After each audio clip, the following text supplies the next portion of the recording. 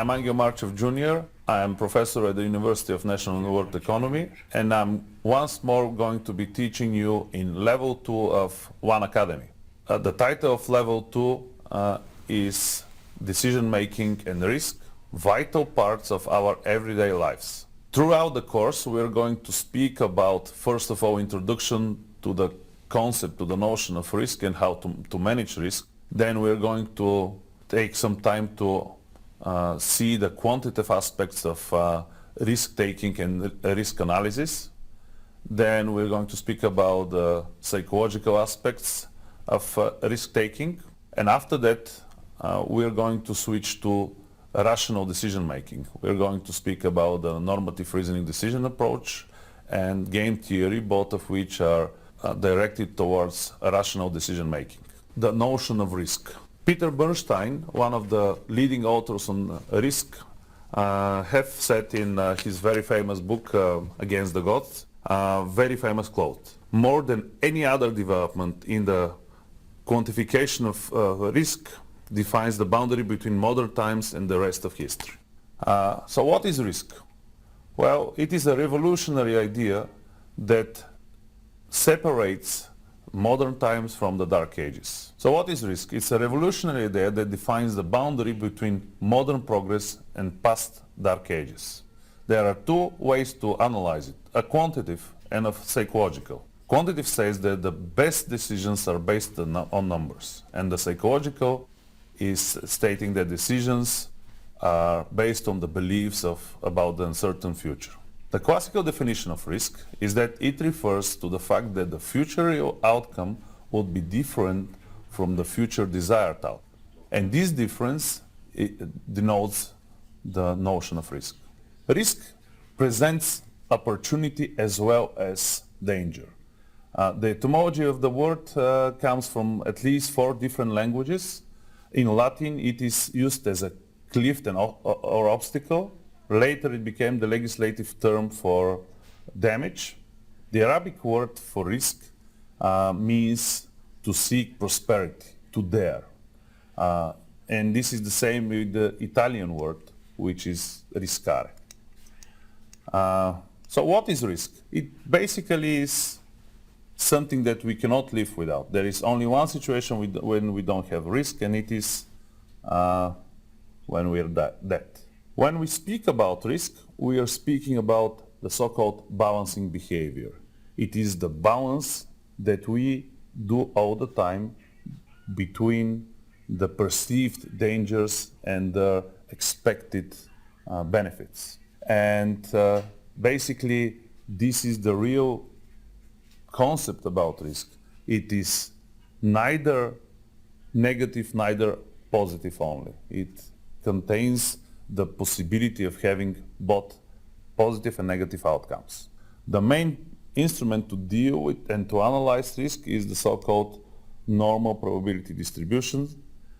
It is based on the idea that if we have enough events accumulating over time, the effect of them, let's put it that way, would be accumulated in a sort of a bell-shaped curve, which means the normal would be in the middle part. It will be mostly these cases, and on the outskirts would be the less normal or more deviating events. So historically, the risk has been analyzed as a symmetrical phenomenon, both considering the positive and the negative aspects of a given outcome. The newer ideas in science and research and finance, by the way, is that we're only considering risk, the downside risk, which is only the negative deviation of the desired outcome, and nothing else is considered. These are basically the two different ways to look at risk. One is significant deviation from the expected, and the other is only the negative significant deviation from the expected outcome. So what is risk? A risk is anything that may affect the achievement of an organization's objective. It is the uncertainty that surrounds future events and outcomes. It is the expression of the likelihood and impact of the event with the potential to influence the achievement of an organization's objectives. Alternatively, risk is a potential event with negative consequences that had to happen yet. Could also be an event with positive consequences. A possibility of loss, not the loss itself, is the risk. Key terms on risk. First is the so-called risk tolerance, is the amount of acceptable risk an individual is prepared to take. Risk adverse is someone who does not want to take risks. Risk factors could be probability of occurrence, an impact of an event, a range of outcomes, and timing of event.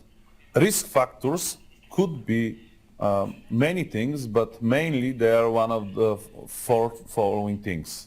First, probability of occurrence of a negative outcome. The higher the probability of occurrence means of a negative outcome means higher possible risk. An impact of an event or impact of an outcome, the larger the impact of a negative outcome, the larger of the expected risk in this case. Range of outcomes. The more possible outcomes there are,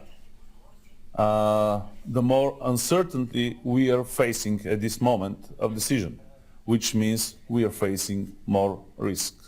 And of course, timing of the event that is occurring in the future may influence our decision making, and in this case it influences our risk exposition. When we are categorizing risks, there are many possible classes of risks. Trying to be as comprehensive as possible, let's state the following classes of risk. First of all, political or reputational risk. It is the risk that one overtakes within a society, which risk is concerned with public regulations. And just an example here, a new legislation is approved, for example, for property ownership, and if you have invested in property, this constitutes a political risk. Financial risk. Financial risk is the risk we assume when we're dealing with financial instruments or investments. Operational risk is the risk of getting negative outcomes out of operating a given asset or a given company. People risk. It is a specific risk that deals with negative outcomes coming from people's behavior. This might be, by the way, your employees or your customers or some other people outside your interests. Information risk. It is the risk connected with the lack of knowledge about certain important facts, and it is basically the most common types of risk. It is a risk that is closely connected with the idea of uncertainty. Strategic or policy risk. It arises from a policy or strategy that we have implemented in, let's say, our organization, and it is the notion that this policy might lead to a negative consequence. Stakeholder risk is the risk emerging from the behavior of other interested parties in our business, such as shareholders or managers or workers, and so on and so forth. Legal risk is basically the risk arising from the fact that our regulations may lead to unwanted or unfavorable outcomes. Technological risk. It is the most important type of risk in current society. It is the risk of getting behind the technological curve and getting negative, unfavorable consequences out of this. It is a risk that all of us are undertaking every day because technology is running way faster than we typically can adjust. Governance or organizational risk comes from the management or management decision in our organization and the fact that they can lead to negative consequences. Privacy risk is the risk that we put our private data and private life and can get negative consequences out of this. Security is the risk of, well, it's very similar risk to privacy risk. It is the risk that emerges from not enough securing our own stuff, our own well-being and our property. And equity risk is the risk, it is a specific financial risk, it is the risk of losing equity on the financial markets. Next important idea is making the difference between diversifiable and non-diversifiable risk. Diversifiable risk is a risk that can be eliminated through diversification, also called unsystematic risk or controllable risk. It results from the occurrence of random events such as labor strikes, lawsuits, loss of key accounts or key customers. Business liquidity and default risks fall into this category. It is assumed that any investor can create a portfolio in which this type of risk is completely eliminated through diversification. Diversification means including various assets and various activities in your portfolio, if it is investment portfolio or in your actions. Non-diversifiable risk is the risk inherent to the entire market or to the entire market segment, also known as systematic risk or market risk. Interest rates, recessions, wars all represent sources of systematic risk because they will affect the entire market and cannot be avoided through diversification. Whereas this type of risk affects a broad range of securities, unsystematic risk affects a very specific group of securities or an individual security. Systematic risk can be mitigated only by being hedged. Many authors state the basic sources of risk and uncertainty in the following manner. First, the known knowns, no risk, no uncertainty. Facts, outcomes, or scenarios that we'll know with absolute certainty based on deterministic process. Unknown knowns, certain facts that others know but we don't, based on information asymmetry or poor communication. Known unknowns are potential facts, outcomes, scenarios that we are aware of but don't yet know with any certainty, based on stochastic processes and known probability laws.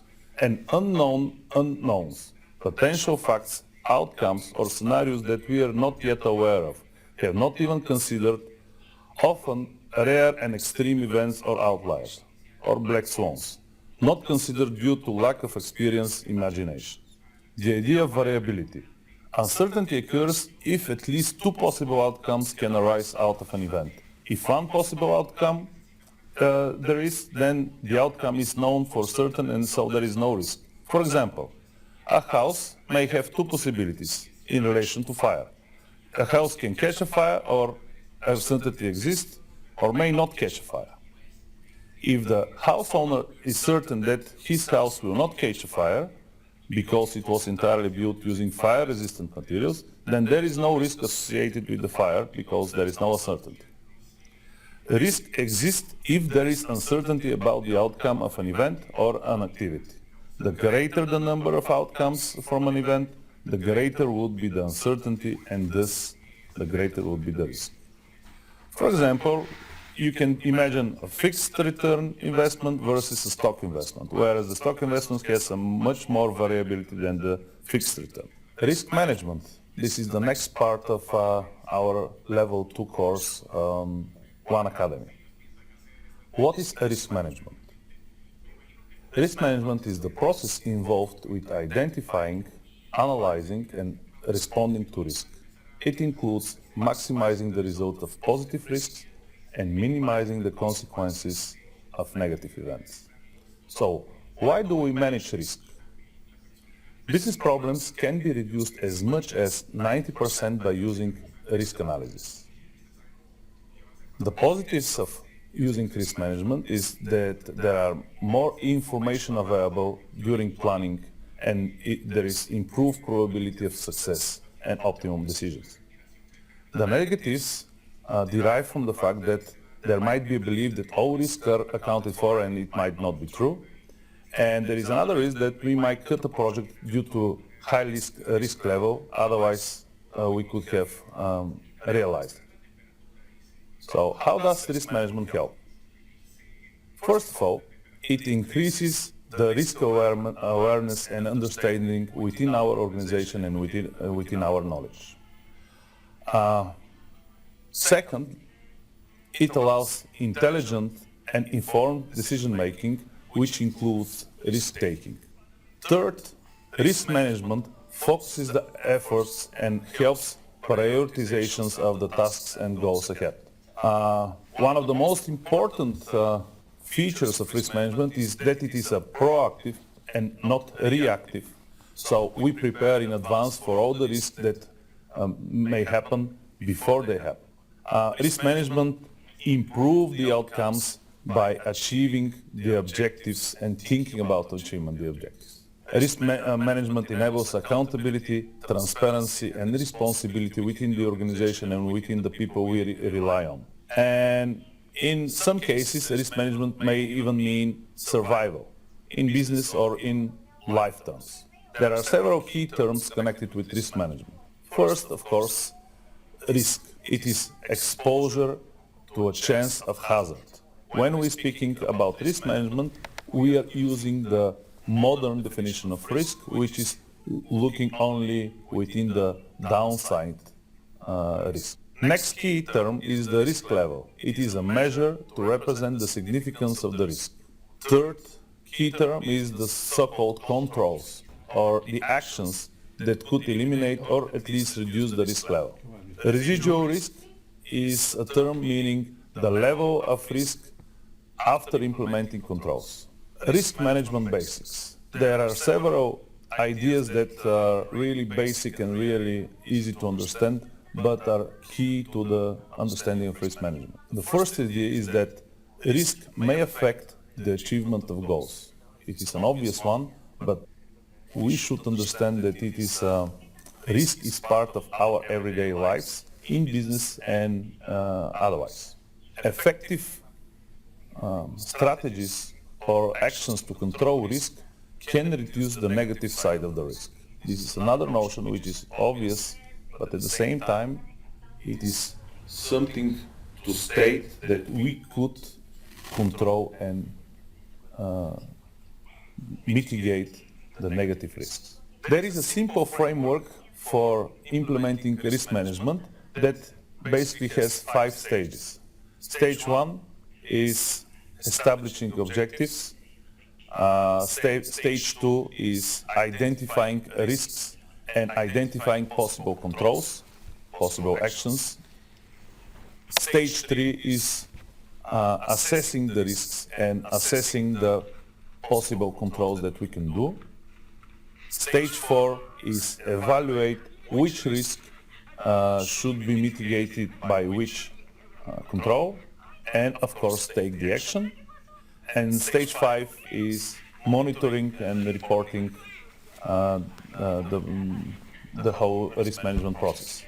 And then after that, we start again because we end up with a new situation for risk management and go along with the same 5 risk management stages. So what are the risk management strategies?